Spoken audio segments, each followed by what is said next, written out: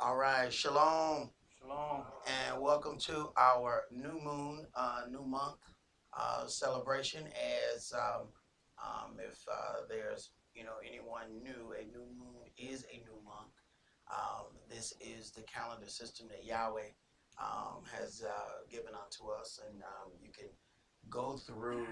Um, if you have like some of those clocks, the atomic clock, it'll show you, the moon phases and things of that nature. It is how we were able to always tell where we were in the month.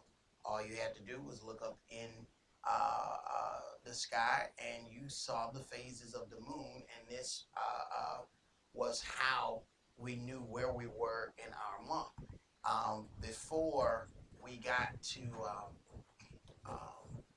before we started tonight, brother had told me his phone kept going off, and said that there were 3 earthquakes today while we were going through our class, which caused me. That was the reason why we were kind of going through some of those tsunami videos that I was putting up on the television in there. It was a earthquake in Alaska, I think, Brazil, and Indonesia, all while we were in class. So we're talking about all of these things happening today. It kind of begs to, to get our attention because we're still dealing with a lot of things, business as usual, still going on about our regular activities in our regular way and our, same little everything is everything kind of, attitude. Meanwhile, destruction is constantly happening, and a lot of this stuff seems to be happening in Asia. But when you look out, there is an enormous amount of people in those Asian areas, and enormous amounts of those people are being killed at one time. I'm talking massive amounts of people are dying. We still act like everything is normal. And part of why we act like that, because it hasn't come directly to our door yet. It is so easy to look at destruction on the other side of the world and say, wow, boy, they got it. Yeah, them is happening to them. And by the time those things end up happening unto us, it is going to be too late to start figuring out how we're going to order our steps. We watched one video where, in the process of 11 minutes in the video, the place was completely covered in water. You saw the water just creeping, creeping, creeping.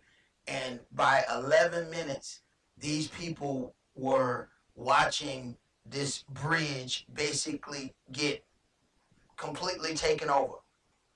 By 17 minutes, the water was up, had destroyed everything, and they're getting higher up in the hotel because all of the water is just taking houses, just doing all of these things bit by bit. And we're talking 17 minutes in time.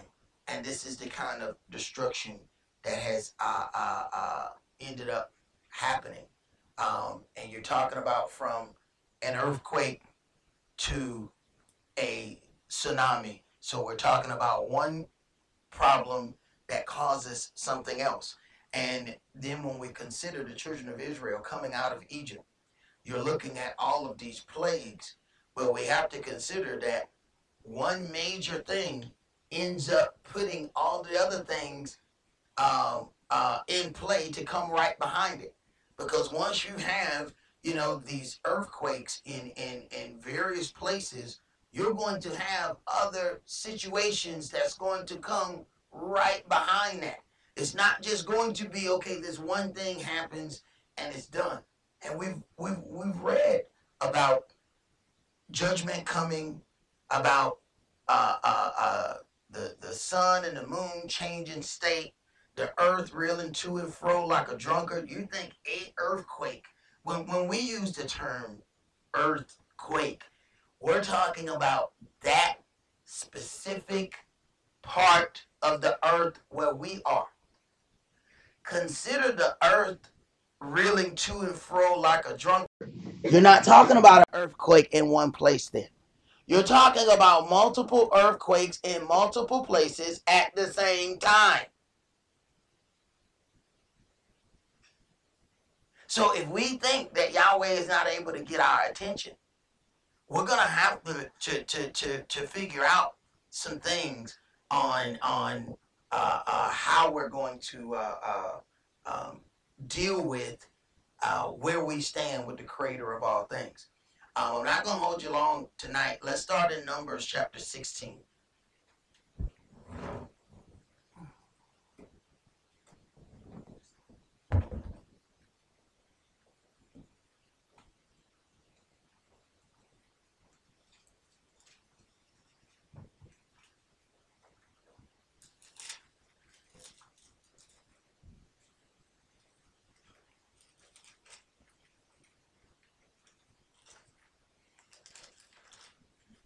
What verse we start at? Start at verse 1.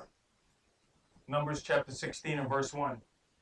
Now Korah, the son of Izhar, the son of Kohath, the son of Levi, and Dathan and Abiram, the sons of Eliab, and On, and the sons of Peleth, sons of Reuben, took men.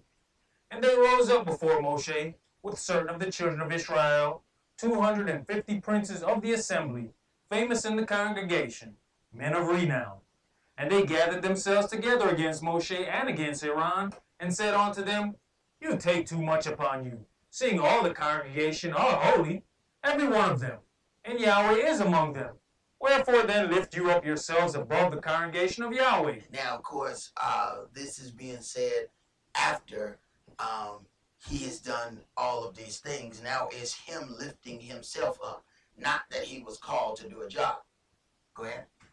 And when Moshe heard it, he fell upon his face. And he spake unto Korah and unto all his company, saying, Even tomorrow Yahweh will show who are his, and who is holy, and will cause him to come near unto him. Even him whom he has chosen will he cause to come near unto him. This do, take you censers, Korah and all his company, and put fire therein, and put incense in them before Yahweh tomorrow. And it shall be that the man whom Yahweh does choose, he shall be holy. You take too much upon you, you sons of Levi. And Moshe said unto Korah, Hear, I pray you, you sons of Levi, seemeth it but a small thing unto you, that the Elohim of Israel has separated you from the congregation of Israel, to bring you near to himself to do the service of the tabernacle of Yahweh, and to stand before the congregation to minister unto them? And he has brought you near to him, and all your brethren, the sons of Levi, with you. And seek you the priesthood also? Mm-hmm. For which cause both you and all your company are gathered together against Yahweh. And what is Aaron, that you murmur against him? Right, so it's not the people that they saw who they really had an issue with, because it's Yahweh's order that they're trying to bypass. So it's really Yahweh that they have an issue with. Go ahead. And Moshe sent to call Dathan and Abiram, the sons of Eliab, which said, We will not come up. Is it a small thing that you have brought us up out of the land that flows with milk and honey to kill us in the wilderness, except you make yourself altogether a prince over us? Moreover, you have not. Moshe was very angry, and said unto Yahweh, Respect not you their offering. I have not taken one ass from them, neither have I hurt one of them. And Moshe said unto Korah, Be you and all your company before Yahweh, and they and Aaron tomorrow. And take every man his censer, and put incense in them, and bring you before Yahweh every man his censer, 250 censers. You also, and Aaron, each of you his censer. And they took every man his censer, and put fire in them, and laid incense thereon, and stood in the door of the tabernacle of the congregation with Moshe and Aaron. So you see that they're questioning all of these things because it hasn't happened fast enough. You haven't brought us into this place where we're going to receive all of these things. You haven't done all of this. That's Yahweh's time. That's Yahweh's doing. He doesn't decide the time that they're going to receive all of these things. Yahweh decides that. So who they really have indignation with is Yahweh. It hasn't happened fast enough. You should have left us in captivity. Go ahead. Numbers chapter 16 and verse 19. And Korah gathered all the congregation against them unto the door of the tabernacle of the congregation. And the glory of Yahweh appeared unto all the congregation. And Yahweh spake unto Moshe and unto Aaron, saying, Separate yourselves from among this congregation, that I may consume them in a moment. And they fell upon their faces, and said, O Elohim, the Elohim of the spirits of all flesh, shall one man sin, and will you be angry with all the congregation? And Yahweh spake unto Moshe, saying, Now, consider this. Will one man sin, and will you be angry with all the congregation? When you deal with the one brother that stole the Babylonish garment, the angel left the whole company of Israel. And it was told Joshua, unless you go and get that cursed thing out from the camp of Israel, I will no more be with you. Every fight and everything that you do, you will do on your own from this point on.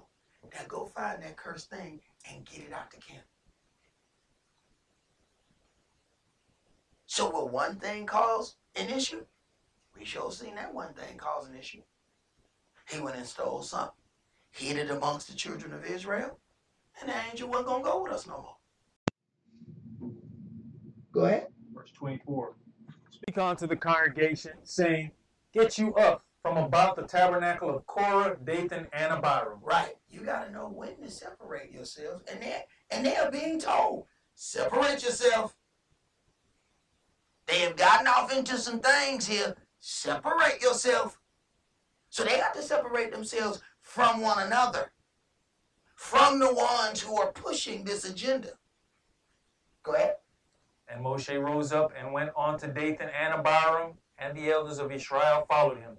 And he spake unto the congregation, saying, Depart, I pray you, from the tents of these wicked men. Right. Constantly.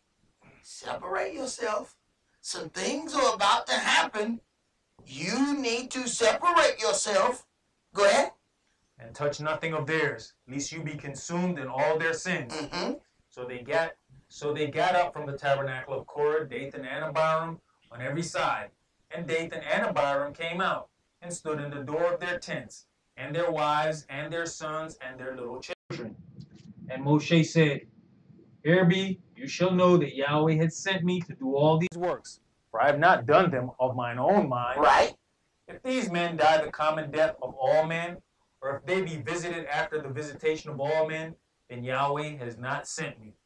But if Yahweh make a new thing, and the earth open her mouth, and swallow them up with all that appertain unto them, and they go down quick into the pit, then you shall understand that these men have provoked Yahweh. And when you read this in not understanding a lot of the things that have begun to take place on the earth, this seems like some stuff that's just way out there. Man, ain't no way how earth gonna open up and eat somebody. That maybe they was exaggerating